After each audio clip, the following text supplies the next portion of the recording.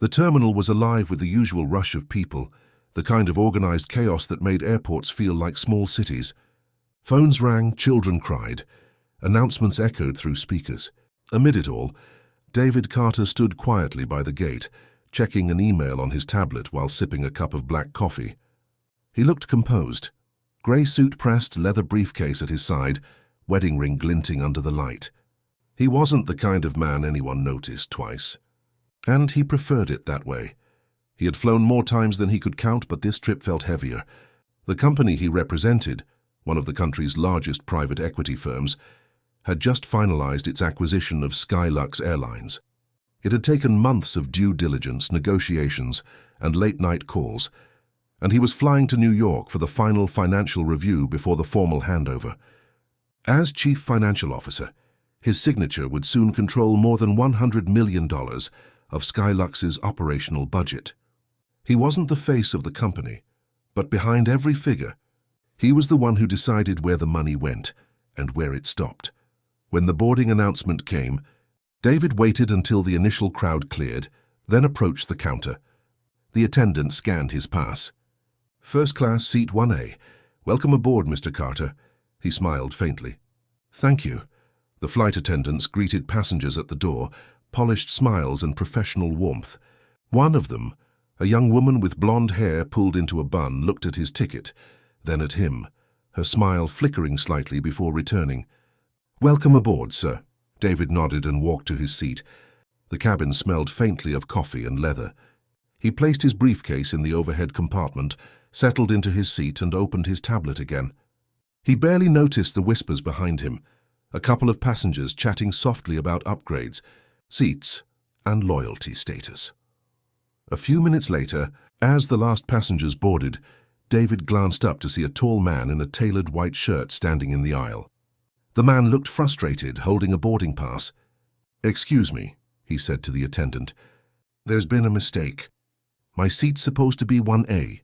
The flight attendant checked the list on her tablet. "It appears that seat 1A is already taken, sir." The man frowned. "That can't be right. I fly this route every week." "Check again." She looked again, then hesitated. "Sir, your seat is 2C today." He sighed in irritation. "That's not acceptable. I always sit in the front row." His eyes flicked toward David. "You must have mixed something up." David stayed silent, his gaze still on his tablet. He'd seen this kind of entitlement too many times before to react. The attendant bit her lip and stepped closer. "Sir," she said quietly, "the passenger in 1A has a confirmed ticket." The man crossed his arms. "And I'm Platinum Elite. I expect better service than this." David could feel the tension gathering, the kind that spread quietly through confined spaces. The attendant turned to him, her professional smile struggling to hold. "Excuse me, sir," she said. "Would you mind moving to another seat so we can accommodate this passenger? Just a small favor for the sake of convenience." David looked up slowly, his voice calm but firm. "No, thank you. This is my assigned seat." Her tone softened, though it carried an edge now. "Sir, he's a frequent flyer. We'd really appreciate your understanding." He closed his tablet and met her eyes. "I'm sure you would," he said. "But I paid for this seat and I'm staying here." The man in the aisle scoffed.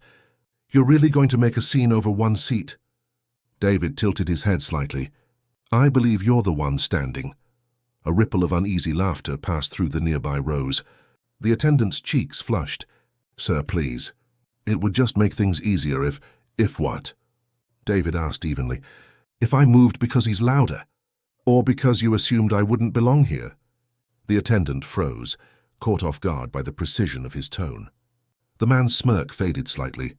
The cabin had gone still now, the quiet hum of air conditioning suddenly the loudest sound. Before she could respond, the purser, an older attendant with silver hair and a no-nonsense air, approached. "What's the issue here?" The younger attendant hesitated. "We have a seat conflict. I was just asking if Mr. Carter could relocate to 2C. The purser looked down the list on her handheld device, her eyes widening slightly when she saw the name. "Mr. Carter," she said softly. "David Carter." He nodded once. "That's right."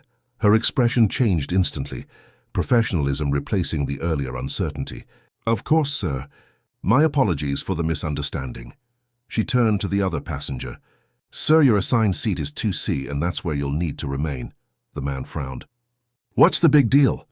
"He's just another passenger." The purser's voice stayed polite, but her tone carried quiet authority. "No, sir, he's not." The man muttered something under his breath and walked away, settling into his seat with a sharp exhale. The younger attendant avoided David's eyes as she adjusted a tray in the galley, her face flushed with embarrassment. David reopened his tablet, calm returning to his features. But under that calm, something had shifted. He wasn't angry. He was observant.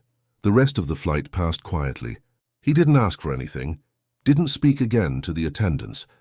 When the plane landed in New York, he gathered his things, thanked the purser with a polite nod, and left without another word. By the next morning, his desk at the firm's Manhattan office was covered in reports from Skylux's executive division. He sat in silence for a long moment before picking up the phone.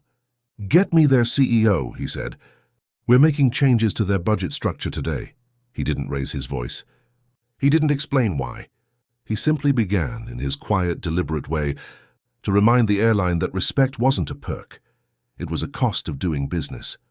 The following morning, Skylux Airlines headquarters in Midtown Manhattan was buzzing before sunrise. Word had traveled faster than anyone could trace. The firm that now owned a controlling interest in the company had placed an immediate budgetary hold on several operating divisions. The email was short, unsigned, and cold. Effective immediately, all discretionary expenses and staff travel budgets are to be frozen pending internal review. Inside the sleek glass building, executives gathered in a boardroom lined with panoramic city views. The CEO, a sharp man in his 50s named Richard Vaughn, tapped his pen anxiously against the table. He looked at the chief of operations, then at the head of public relations, then at the finance director, who looked pale. "Find out who authorized this," Richard said sharply. "No one freezes $100 million of our operating funds without my approval." The finance director swallowed. "It came directly from Carter Holdings." "David Carter?" Richard asked, frowning. "The CFO." "That's the one." Richard leaned back, exhaling heavily. "What the hell is this about?" He seemed perfectly reasonable in our last meeting. I thought the transition was going smoothly.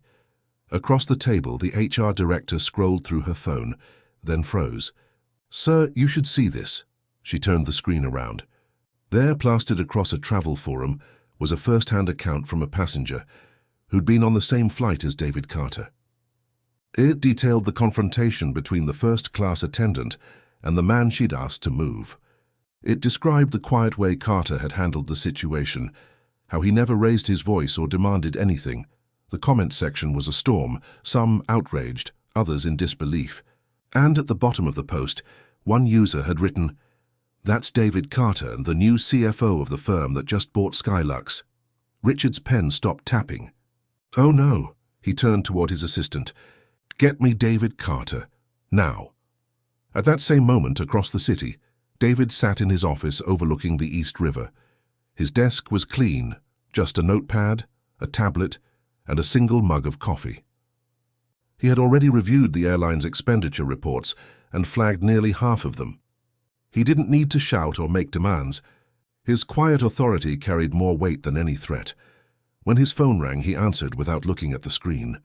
"Carter." "David." Richard's voice came through, careful, polite. "Good morning. I was hoping to clarify the budget adjustments you issued." David leaned back slightly. "Adjustments?" "Yes," Richard said quickly. "I'm sure there's been a misunderstanding. The operational freeze has caught several departments off guard. Perhaps we could discuss the reasoning?" "There's no misunderstanding," David said calmly. "Skylux requested capital reinforcement to improve brand perception.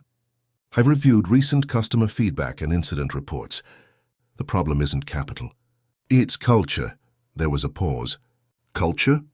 David swiveled his chair toward the window. "A company that disrespects its customers doesn't have a budget issue. It has a values issue. I saw it firsthand." Another silence stretched across the line. Richard cleared his throat. "I assume this has something to do with a recent flight." "You assume correctly," David replied, still calm. "But this isn't about me. It's about what I witnessed. How easily someone's assumptions overruled their professionalism. That's not a personnel problem, Richard. That's a leadership one. Richard hesitated, choosing his words. I understand how that must have looked, but surely there's a better way to handle this than grounding our entire operations budget. There is, David said simply. You're going to fix it. Excuse me. You're going to retrain every employee who deals with customers, from gate staff to senior flight attendants. I want a revised cultural training program, measurable standards of behavior, and an accountability system that doesn't just protect your brand, but your passengers. Richard nodded slowly, even though David couldn't see him. That's a significant undertaking. It's cheaper than losing your public trust, David said. His tone never rose, but the weight of it left no space for argument. And the budget freeze?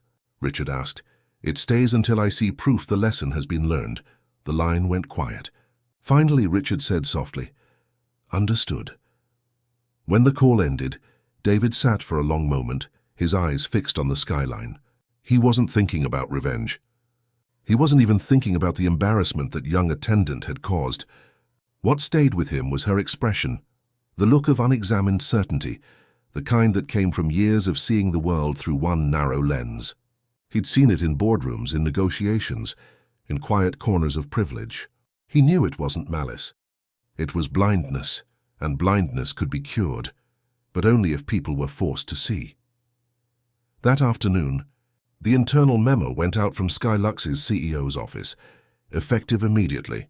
All frontline employees will participate in a new professional development initiative designed to rebuild trust, respect, and equity in service standards. Within hours, news of the freeze reached industry circles. Other companies began calling, asking questions, wanting details. Skylux's leadership went into overdrive to control the narrative, while David remained quiet. He wasn't interested in headlines. He was interested in outcomes. That evening he returned home, greeted by the soft laughter of his daughter in the living room and the smell of dinner from the kitchen. His wife, Grace, looked up from the counter. You look tired, she said gently.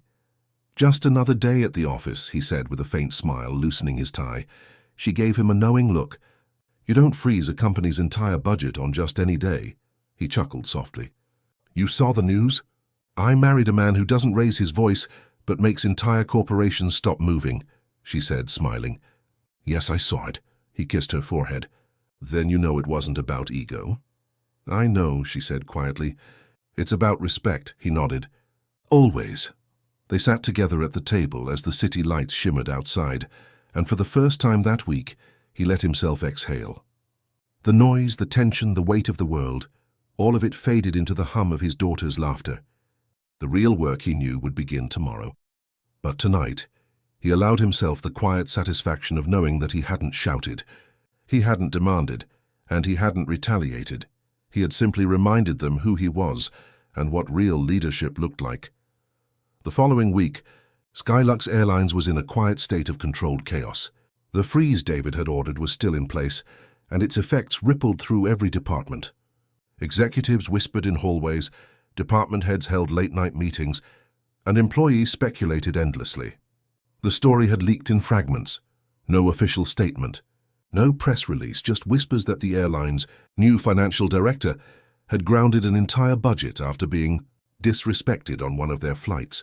But what none of them realized was that David hadn't told a soul on his team what had happened. He didn't need to. The results of his silence were speaking for him. By Monday morning, he walked into Skylux headquarters for a scheduled leadership review. The receptionist at the front desk greeted him with the kind of nervous politeness reserved for someone who might change your career. Good morning, Mr. Carter, she said. They're waiting for you in the executive conference room. David smiled faintly. Thank you. When he entered the room, the top leadership team stood. It wasn't formality, it was tension. The CEO, Richard Vaughan, gestured toward a seat at the head of the table. David, we've been reviewing your notes from last week's call.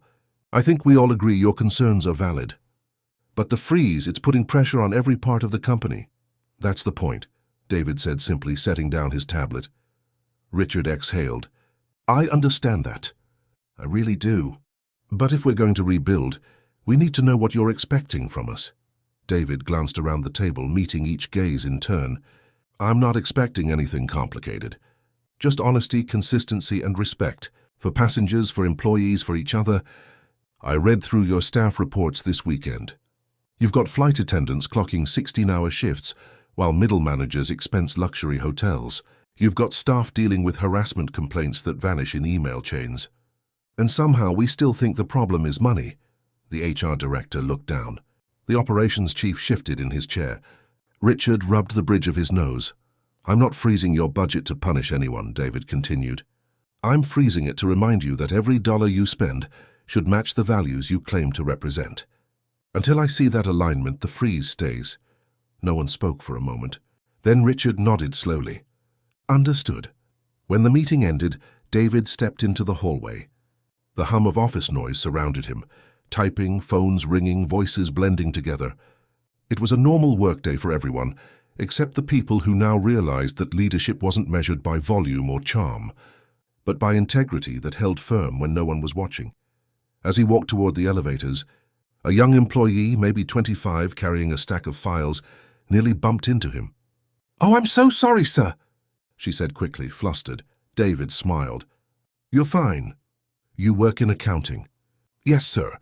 Just started last month." She looked nervous, then added, "Everyone's talking about the freeze. People are scared, but I think it's a good thing. Feels like someone's finally cleaning house." David nodded. "Good. Then the message is working." She hesitated, then asked quietly, "Sir, is it true what people are saying? That it started because of something that happened on one of our flights?" He gave her a measured look. "I'd say it started long before that." The elevator doors opened and he stepped inside. As they closed, he caught the reflection of his own calm expression, tired but resolute. He knew change never started with noise. It began with the quiet choice to draw a line and hold it. Later that day, his phone buzzed with a call from Skylux's PR director. "Mr. Carter," she said nervously, "we're getting requests for comment from the press. They're asking if the rumors are true." "What rumors?" he asked, though he already knew. "That a member of our new ownership team was discriminated against on a Skylux flight." David's tone stayed even. "Tell them we don't comment on personal experiences. Tell them we're focusing on making sure every passenger, regardless of who they are, is treated with dignity." The PR director paused. "That's it?" "That's enough," he said, and hung up. That evening, David attended a dinner with the firm's partners. It was held at a private dining room overlooking the city, filled with quiet conversations and expensive wine. As the meal began, one of the senior partners, a man named Lawson, leaned over.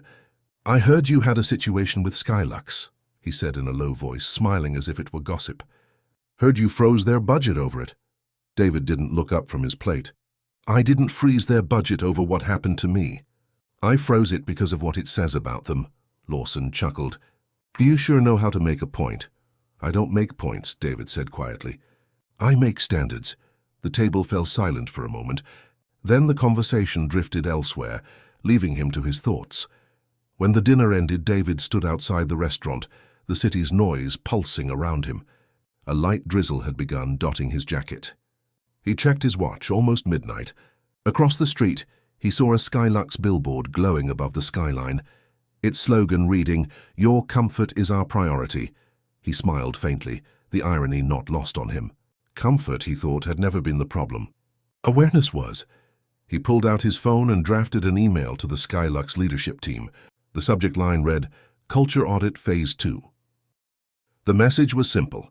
Every leader will fly economy next month. No upgrades, no priority boarding.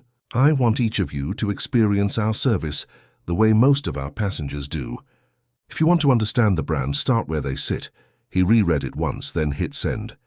The rain thickened slightly as he walked toward his car, coat collar turned up. For the first time since the flight, he felt something like quiet satisfaction, not from power but from principle. He hadn't needed to shout to make change. He'd simply chosen not to look away. 2 weeks later, Skylux Airlines was a company transformed. The budget freeze had ended, but the lesson it carried still hung in the air like an invisible force that people could feel the moment they walked into the building. Meetings started on time. Managers listened when flight attendants spoke, and for the first time in years, passengers began writing letters, not complaints, but thank yous. In a corner office overlooking the skyline, David sat reviewing the first progress report from the new training initiative. The document was full of photos and testimonials, attendants learning active empathy, ground staff being trained in conflict awareness, and managers meeting frontline employees face to face. The words were practical, not poetic, but they carried something rare: sincerity. A soft knock on the door drew his attention. Richard Vaughan stepped in, holding a folder and an expression that was less defensive than before. "Got a minute?" "Of course," David said. Richard took a seat. "I won't lie, I was skeptical at first. I thought the freeze would ruin morale. But I've been traveling the last week, coast to coast, different teams. You know what I saw." David waited. "Respect," Richard said. "People are different now. Quieter, maybe, but in a good way. They're actually thinking before they speak." David smiled faintly. "That's how change starts. Quietly." Richard set the folder on the desk. "These are updates from the crew retraining program. The young woman from your flight, Emily, the one who asked you to move, she's completing the new training module. She asked to send you a message." He slid an envelope across the desk. David hesitated before opening it. Inside was a handwritten note. The handwriting was neat but uncertain. "Mr. Carter, I don't expect forgiveness, but I do want to thank you. I never thought about how my assumptions came across until that day. You didn't humiliate me. You made me face something I'd ignored. I'm learning now what respect really means. I hope one day I can serve you again, properly this time. Emily Richards." David read it twice, then folded the note neatly and placed it back in the envelope. "That's a good start," he said quietly. Richard nodded. "She's not the only one. The program's working. You did something I couldn't, David. You reminded people that integrity isn't a department, it's a standard." David looked out the window at the horizon. "That's all I ever wanted." When Richard left, David sat for a long moment, thinking of how something so small, a misunderstanding, a moment of arrogance, had rippled into something much larger. Not vengeance, not a public reckoning, but awareness. Later that afternoon, he boarded another Skylux flight, this time for a business trip to Denver. The staff greeted him with the same professionalism as before, but it felt different now. It wasn't rehearsed, it was genuine. The purser smiled warmly. "Welcome aboard, Mr. Carter. It's an honor to have you with us." He nodded politely. "Thank you." As he settled into his seat, he noticed a young man in the aisle across from him helping an elderly passenger stow her bag. The gesture was small, natural, unprompted. But it made David smile. When the flight leveled off, the attendant approached with a tray. "Would you care for anything to drink, sir?" "Just water, thank you," he said. Then, after a pause, "How long have you been with the airline?" 2 years, sir," she replied, smiling. "It's been better lately. Feels like people are finally listening again." "That's good to hear," he said softly. As the plane continued west, David looked out the window at the soft glow of clouds beneath them. It was quiet, peaceful, the kind of silence he'd learned to trust. He thought of Emily's letter, of Richard's changed tone, of the way one decision had shifted the rhythm of an entire company. Not through punishment or pride, but through patience. When the plane touched down hours later, passengers began gathering their things. The flight attendant stopped by his seat. "It was an honor serving you, sir," she said sincerely. David smiled faintly. "The honor was mine." He waited until the aisle cleared, then stood, taking his briefcase from the overhead compartment.